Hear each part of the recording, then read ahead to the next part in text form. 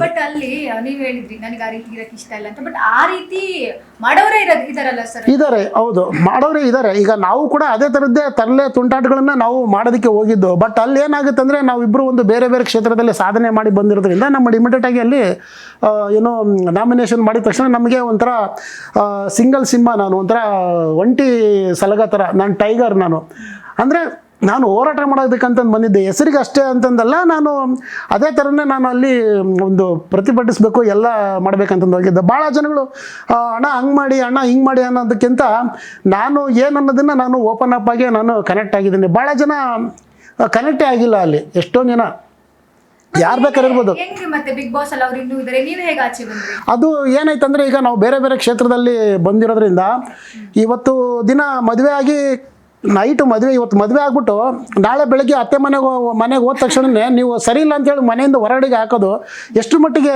ಸರಿ ಇರುತ್ತೆ? ಈ ಜಂಟಿ ಒಂಟಿ ಕಾನ್ಸೆಪ್ಟೇ ಸರಿ ಇಲ್ಲ. ಹೌದು, ಯಾಕಂದರೆ ಇಲ್ಲಿ ನಾನು ಕರಿಬಸಪ್ಪ, ನಾನು ನಂದು ವ್ಯಕ್ತಿಗತವಾಗಿ ನನ್ನ ನಡವಳಿಕೆ, ನನ್ನ ಕಲೆ ಪ್ರದರ್ಶನ ನಾನು ಮಾಡಬೇಕಂತ ಹೊರತು ಇಲ್ಲಿ ಜಂಟಿಯಾಗಿ ಏನಾಗುತ್ತೆ ಅಂದರೆ ನಾನೇನಾದರೂ ಮಾತಾಡಬೇಕು ಹೇಳ್ಬೇಕಂದ್ರೆ ಅವ್ರ ಅಭಿಪ್ರಾಯನೂ ಕೂಡ ನಾವು ಕೇಳಬೇಕಾಗತ್ತೆ.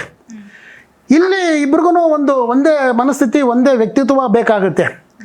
ಈ ರೀತಿ ಇರೋದ್ರಿಂದ ನನಗೆ ಒಂಟಿಯಾಗಿದ್ದಿದ್ರೆ ನಾನು ಗೆಲ್ಬೋದಾಗಿತ್ತು, ಫೈನಲ್ ಲಿಸ್ಟ್ವರೆಗೂ ಬರ್ಬೋದಿತ್ತು ಅಂತ ಹೇಳ್ಬಿಟ್ಟು ನಾನು ಹೇಳ್ತೀನಿ. ಯಾಕಂದರೆ ಬೇರೆಯವ್ರ ಮೇಲೆ ನಾನು ಅವರಿಂದನೇ ಅಮಿತಿಂದ ನಾನು ಹೊರಗಡೆಗೆ ಬಂದಿನಂತ ನಾನು ಹೇಳೋದಕ್ಕೆ ನಾನು ಒಪ್ಪಲ್ಲ. ಯಾಕಂದರೆ ಬೇರೆ ಯಾರೋ ಏನು ಹೇಳಿದ್ರು ಕೂಡ ನಾನು ಏನು ಅನ್ನೋದನ್ನು ನೀವು ಸೋಷಿಯಲ್ ಮೀಡಿಯಾದಲ್ಲಿ ಅಥವಾ ಇವತ್ತಿನ ದಿನ ಟ್ರೋಲ್ ಆಗ್ತಿದೆ ಅಂತಂದರೆ ಹೆಚ್ಚು ಯಾರು ಮಾತಾಡಿದ್ದಾರೆ, ಯಾರು ಡ್ಯಾನ್ಸ್ ಮಾಡ್ತಾರೆ, ಯಾರು ಹಾಡು ಹೇಳ್ತಾರೆ, ಯಾರೆಲ್ಲ ಇದಾಗಿದ್ದಾರೆ ಅದು ನೀವೇ ಹೇಳ್ಬೇಕು. ನಮಗೆ ಶಾಕ್ ಆಗಿದ್ದು ಇಷ್ಟೊಂದೆಲ್ಲ ಎಂಟರ್ಟೈನ್ಮೆಂಟ್ ನೀವು, ಸೊ ನೀವು ಆಚೆ ಬಂದಿದ್ದು ನಮಗೆ ವೆರಿ ಶಾಕಿಂಗ್ ಆಗಿತ್ತು. ಹೌದು, ನೀವು ನೋಡಿರ್ಬೇಕು. ಈಗ ಇದುವರೆಗೂ ನಾನು ಪ್ರತಿನಿತ್ಯ ಪ್ರತಿ ಕ್ಷಣ ನಾನು ಜಿಮ್ಮಲ್ಲಿ ವರ್ಕೌಟ್ ಮಾಡೋದಿರ್ಬೋದು, ಹಾಡು ಹೇಳೋದಿರ್ಬೋದು, ಡ್ಯಾನ್ಸ್ ಮಾಡೋದಿರ್ಬೋದು, ಮೋಟಿವೇಶನ್ ಸ್ಪೀಚ್ ಕೊಡ್ತಿರ್ಬೋದು, ಅದಿರ್ಬೋದು, ಸಾಕಷ್ಟು ನಾನೀಗ ಮಾಡ್ಕೊತ ಬಂದಿದ್ದೀನಿ. ನನ್ನ ಇನ್ಸ್ಟಾಗ್ರಾಮಲ್ಲಿ 2,70,000 ಜನ ಮೇಲೆ ಅಲ್ಲಿ ಫ್ಯಾನ್ ಫಾಲೋವರ್ಸ್ ಹೊಂದಿದ್ದೀನಿ ನಾನು.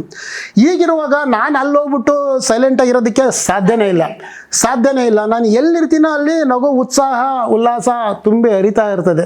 ಅಲ್ಲಿ ನಮಗೆ ಜಂಟಿಯಾಗಿ ಎಲ್ಲೋ ಒಂದು ಕಡೆಗೆ ಎಡವಟ್ಟಾಗುತ್ತೆ. ಯಾಕಂದರೆ ನನಗಿರ್ತಕ್ಕಂಥ ಎಕ್ಸ್ಪೀರಿಯೆನ್ಸು, ನನಗಿರ್ತಕ್ಕಂಥ ಅನುಭವ, ನಾನು ಒಂದು ಬುಕ್ ಇದ್ದಂಗೆ.